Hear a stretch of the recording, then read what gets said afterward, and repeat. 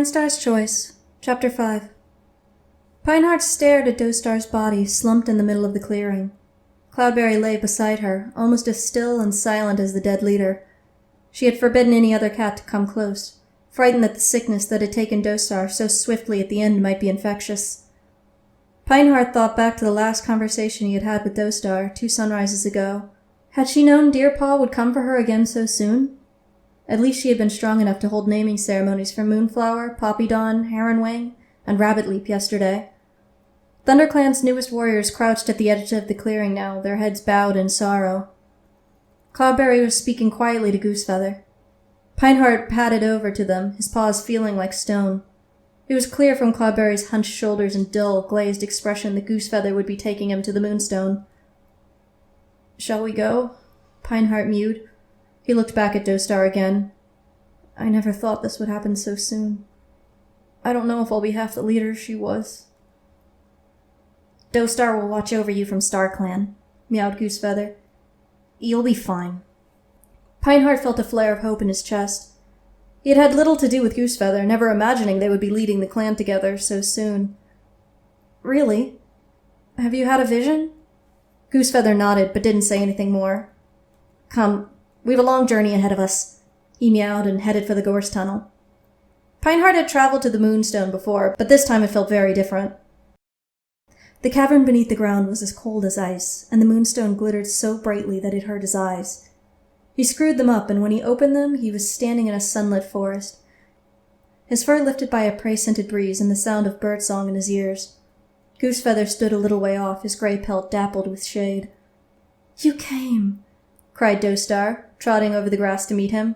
The white patches on her pelt gleamed, and she looked strong and full-fed once more.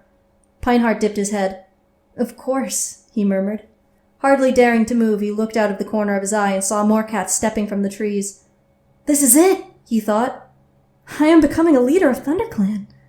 I give you a life for survival, for rebuilding your strength after great hardship," Dostar announced, resting her chin on his bowed head.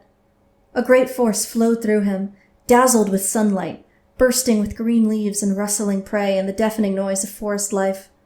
Then Dostar stepped back, and another cat approached. Pinehart felt his heart lift with joy at the sight of the broad-shouldered, glossy brown Tom. Oakstar purred loudly. "I always knew you would be leader one day," he meowed. "I give you a life for judgment, for knowing which path to follow, however hard it seems." This time the force was sharper, more painful, stiffening Pinehart's limbs and making him yelp. Then it passed, and his legs stopped trembling. He was overjoyed to see his former clanmates Hollypelt, Hairpounce, and Stagleap once more. "We miss you so much," he blurted out. The StarClan cats nodded, their eyes filled with stars. They gave him lives for courage and loyalty, for knowing when to fight and when to choose peace. Next came Pearnose, an ancient ThunderClan medicine cat. His life was dedicated to trusting the wisdom of the leader's closest companion in protecting his clanmates.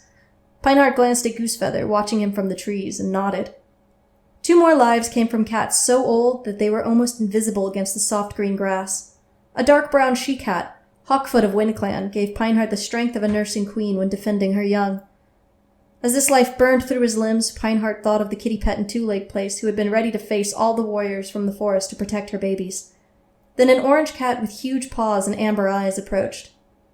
"I am Thunderstar," he murmured so quietly that Pinehart could hardly hear. "Every leader faces difficult choices, and yours will be the most difficult of all. Know that whatever decision you make, you will have to carry it for the rest of your life. If you can do that, then it will be the right one." This life was different from the others, churning, toppling, dizzying, so that Pinehart felt as if he was being tumbled over and over, suspended in the air. When he felt his paws firmly on the ground again, he opened his eyes. A long-legged gray Tom with pale blue eyes stood in front of him. "My name is Morningstar," he rasped. "I give you a life for compassion for weaker cats, and your own clan and others. Now go back to your clan, Pinestar. Lead them well." The 9th life blazed through Pinestar like icy fire, leaving him clear-headed and strangely calm. He looked around. The clearing was empty apart from Goosefeather, who was watching him closely. "I received my 9 lives!" Pinestar whispered. The medicine cat said nothing.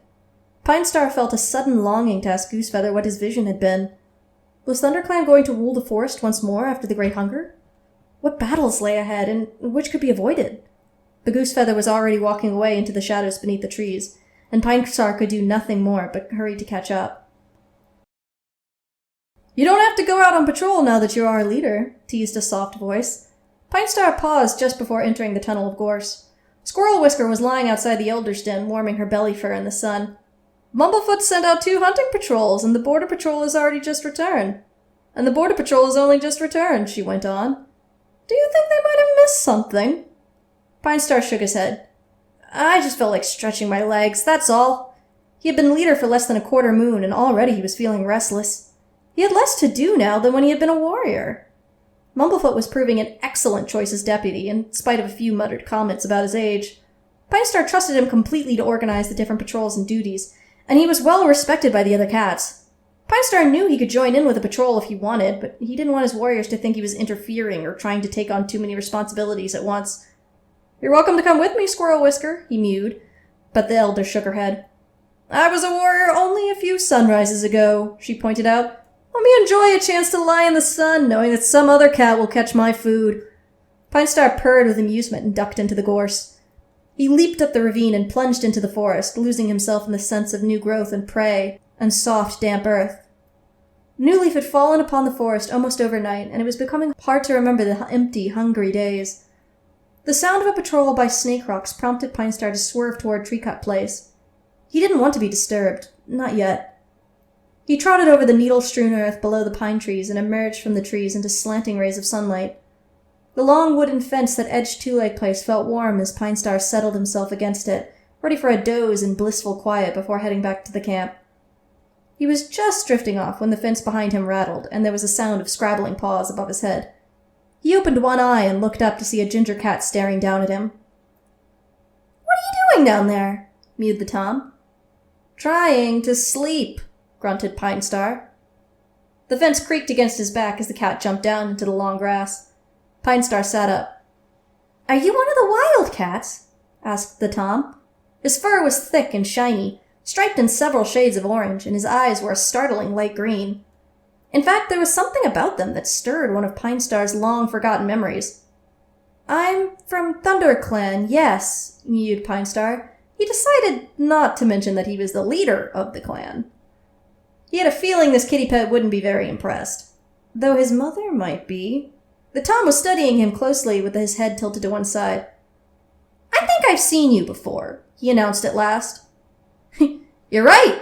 Pinestar was astonished that the cat remembered him, since he couldn't have been more than a half-moon old when they met. "You were with your mother when ThunderClan came into Two Lake Place." The kitty pet wrinkled his nose. "What's Two Lake Place?" Pinestar nodded over the fence. "Over there, where you live." "That's weird." The Tom rubbed his nose with a paw where the long strand of grass had tickled him. Then he looked at Pinestar, his eyes glinting with curiosity.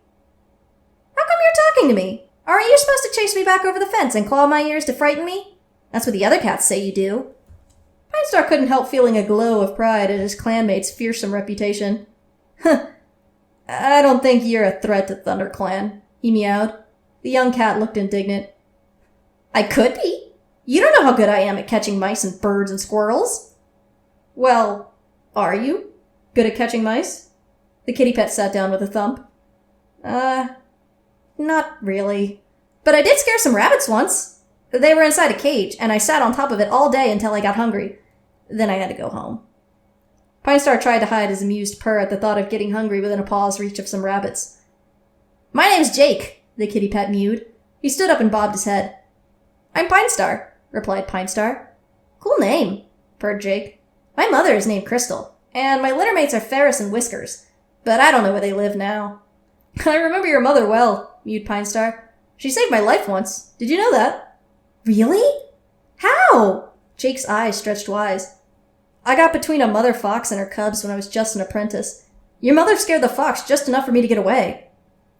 "She's really brave," Jake mewed proudly. "She doesn't see so well now, and she has to eat special food which tastes disgusting. But she still scratches the dog if it gets too close." Pinestar purred. "I can imagine her doing that." He stood up and flexed each leg in turn. "I must go back to the camp. It was nice meeting you, Jake." "And you!" mewed the kitty pet. "I'll tell my friends that wildcats aren't nearly as fierce as they think." "Some of us are," Pinestar meowed. "You certainly shouldn't wander into the forest. You keep to territory and we'll keep to ours, okay?" "Heh, we'll see about that," called Jake as he scrabbled back up the fence. "See you again, Pinestar!" He vanished over the top with a whisk of his ginger tail. Pinestar shook his head. Kitty pets were such strange creatures. All the strengths and skills of a clan cat, but not remotely aware of what they could do. How could they lead such boring lives? What did they even do all day? But he enjoyed talking to Jake. It made a change from discussing patrols or borders or where to find the best source of prey. Perhaps he would see him again, just to pass the time. Shaking a loose blade of grass from his pelt, Pinestar turned away from the fence and trotted into the trees.